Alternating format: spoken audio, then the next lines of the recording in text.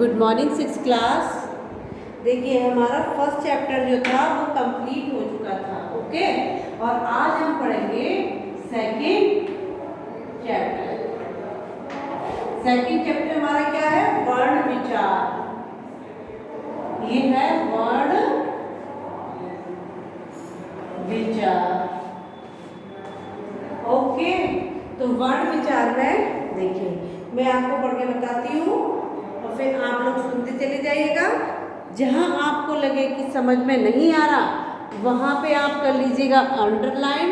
Pencil लेके बैठिएगा, pencil से underline कर लीजिएगा और उसके बाद में जब आप स्कूल आपके पास टाइम हो आप स्कूल आइए, कॉपी चेक कराने के लिए जब आते हैं तब आप आ जाइएगा, पूछ लीजिएगा कि मैम ये समझ में नहीं आया था, आपने पढ़ाया था तो। ओके, तो फिर उसके बाद में आपको बता दिया जाएगा, करवा दिया जाएगा, जैसे भी होगा वैसे समझा दिया जाएगा। ओके, तो देखिए वर्ण विचार। भाषा का उच्चारण ध्वनियों द्वारा होता है तथा प्रत्येक उच्चारित ध्वनि के लिए एक विशेष चिन्ह निर्धारित किया जाता है। इसे विशेष चिन्ह को ही वर्ण कहते हैं। वर्ण भाषा की सबसे छोटी इकाई है जिसके और टुकड़े नहीं किए जा सकते, जैसे कि विद्यालय व plus E plus the plus य प्लस आ प्लस ला प्लस अ प्लस य प्लस अ। विद्यालय। स्पष्ट है कि प्रयुक्त रंगीन ध्वनि चिन्हों के और टुकड़े नहीं किए जा सकते, अतः ये वर्ण है। वर्णों को मिलाकर ही शब्द बनते हैं। भाषा की वह छोटी से छोटी ध्वनि जिसके और टुकड़े नहीं किए जा सकते वर्ण कहलाती है। समझे क्या? भाषा की वह छोटी से छोटी ध्वनि जिसके टुकड़े नहीं किए जा सकते वह वर्ण कहलाती है। व्याकरण में वर्णों को अक्षर भी कहते हैं। जो हमारी व्याकरण है, हम जो भी व्याकरण ही पढ़ रहे हैं इसमें वर्णों को क्या कहते हैं? अक्षर भी कहते हैं। ठीक है,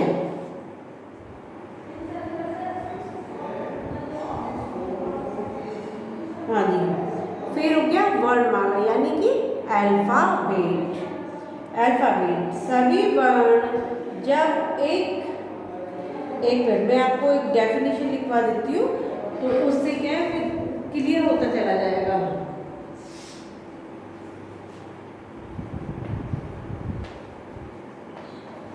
परिभाषा। ओके, भाषा की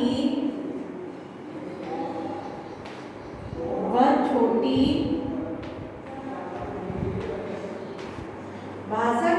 छोटी से छोटी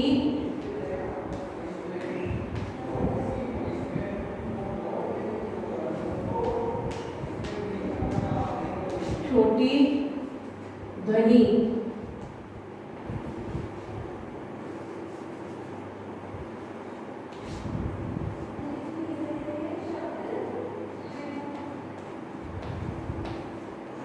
जिसके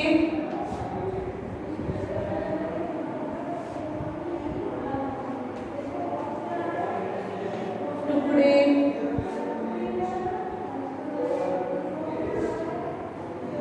नहीं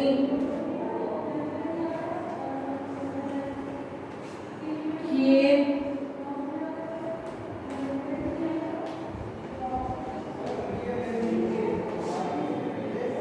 जा सकते वर्ण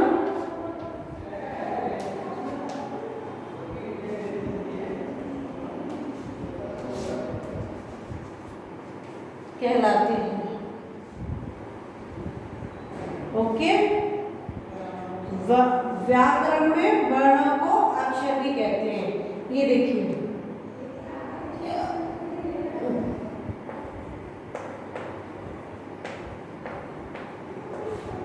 व्याकरण में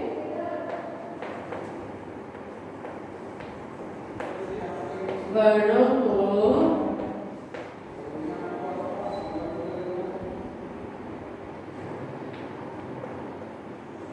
अक्षर भी कहते हैं।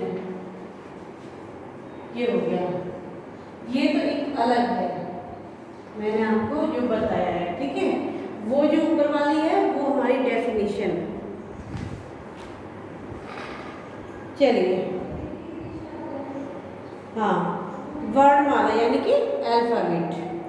सभी वर्ण जब एक निश्चित क्रम के अनुसार समूह में रखे जाते हैं तो उसे वर्णमाला कहते हैं। जिस प्रकार किसी माला में अलग अलग फूल व्यवस्थित ढंग से पिरोकर एक माला बनाई जाती है, ठीक उसी प्रकार वर्णमाला के स्वरों और व्यंजनों एक निश्चित क्रम में आते हैं।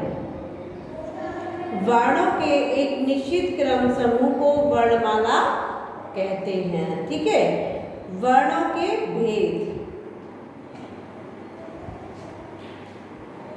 उच्चारण और प्रयोग के आधार पर वर्णमाला में आए वर्णों को दो भागों में बांटा गया है।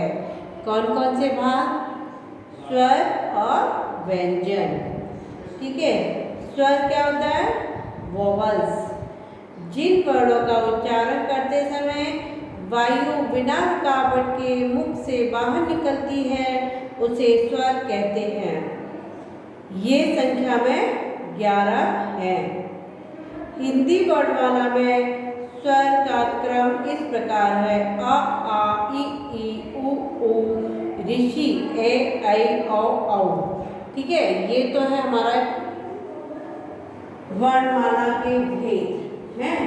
अब वर्णमाला वाला एक ये हम यहाँ लिख लेते हैं पॉइंट, या फिर एक मिनट इसको तो मैं कर देती हूँ इरेज, ठीक है। आप लोगों ने नोट कर लिया, कर लीजिएगा, फिर उसके बाद में आगे फिर और करते हैं। वर्णमाला का बताऊंगी, यानी कि अल्फाबेट का, क्योंकि हैंड टू हैंड आपको साथ में पढ़ाती जाऊंगी, लिखाती जाऊंगी, तो समझ में भी आ जाएगा आपके भी और मेरे भी चलता रहेगा। अब वर्णमाला देखिए, वर्णमाला यानी कि अल्फाबेट, ठीक है।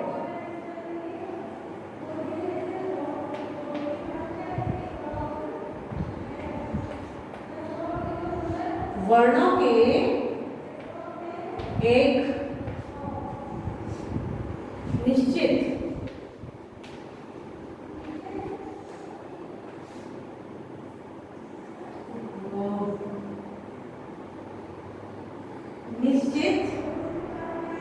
क्रम समूह को वर्णमाला कहते हैं।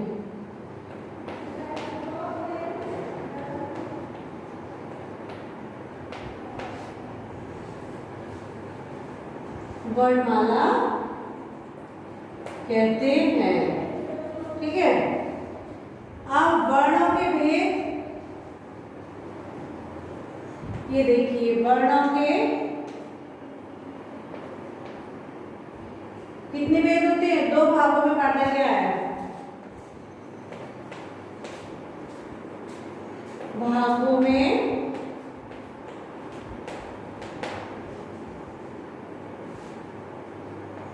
बांटा गया है। नंबर 1 स्वर, इधर नहीं, इधर लिख दीजिए। नंबर 1 स्वर, सेकंड है व्यंजन, ठीक है। ये स्वर हो गया और ये हो गया व्यंजन। तो मैं अभी आपको जो बता रही हूँ स्वर के बारे में बता रही हूँ। स्वर हमारे कितने होते हैं? स्वर होते हैं 11, ठीक है। कौन कौन से होते हैं? कैसे? वर्णमाला में स्वरों को क्रम में किस प्रकार लिखते हैं? जैसे कि अ, आ,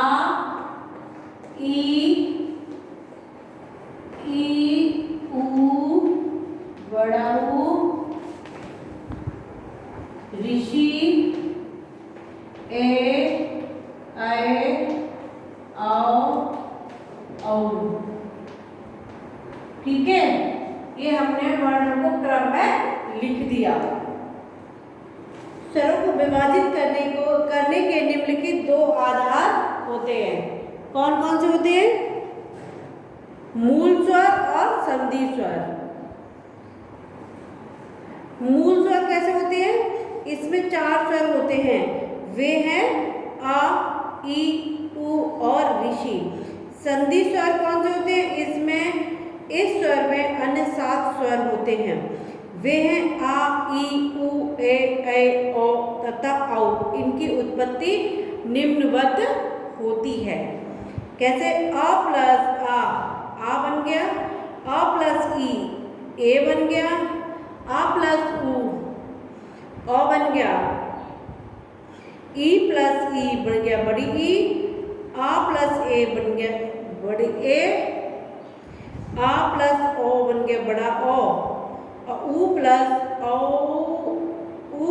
उ बना बड़ा ऊ। ठीक है, तो ये हमारे संधि स्वर और मूल स्वर हो गए। कौन से? स्वरों के भेद। देखिए अब ये हमारे स्वर ही चल रहे हैं ना, तो स्वर के भी भेद हैं। ये स्वर के भेद। अभी तो हमने ये वर्णों के भेद थे 2, अब ये स्वर के भेद है। स्वर के भेद एक है मूल स्वर, सेकंड संधि स्वर।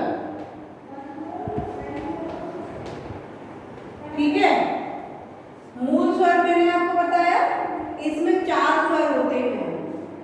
कौन कौन से? अ, ई, उ और ऋषि। ठीक है, फिर उच्चारण में लगने वाले समय के आधार पर स्वरों के भेद।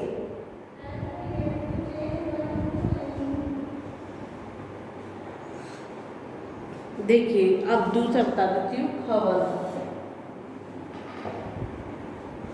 उच्चारण में लगने वाले समय के आधार पर स्वरों के भेद। वो तो रचना के आधार पर थे, अब ये उच्चारण में लगने वाले, यानी उच्चारण जैसे हम बोलते हैं ना तो उच्चारण में आते हैं। एक होता है हर्ष स्वर, एक होता है दीर्घ स्वर। ठीक है, फिर हर्ष स्वर किसे कहते हैं? जिन स्वरों के उच्चारण में अल्प अथवा कम समय लगता है, अल्प यानी कम समय, छोटा सा समय लगता है, उसे हर्ष स्वर कहते हैं। हिंदी वर्णमाला में अ, ई, उ तथा ऋषि हर्ष स्वर के उदाहरण है। दीर्घ स्वर, जिन स्वरों के उच्चारण में अधिक समय लगता है उन्हें दीर्घ स्वर कहते हैं। हिंदी वर्णमाला में आ, ई, उ, ए, ऐ, ओ और औ दीर्घ स्वर के उच्चारण हैं। जिसमें ज़्यादा समय लगता है बोलने में, उसको दीर्घ स्वर कहते हैं। तो अभी जो मैंने आज आपको पढ़ाया है, ये क्या पढ़ाया है? स्वर के बारे में, वर्णमाला के बारे में और वर्णों के बारे में मैंने आपको बताया है। अल्फ़ाबेट, इसको इंग्लिश में अल्फ़ाबेट कहते हैं, जो कि ABCDEFGH होते हैं। ठीक है, इसमें स्वर कहते हैं। तो इसमें भेद बताए मैंने स्वरों के, वर्णों के भेद बताए, फिर स्वरों के भेद बताए, और उसके बाद में फिर रचना और उच्चारण के आधार पर भी अलग अलग भेद इसमें शामिल हुए हैं। ठीक है, तो अभी हम आज इसको यहीं तक पढ़ेंगे।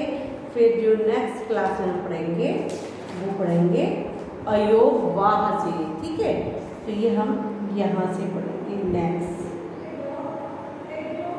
चलिए, ओके, बाय, टेक केयर।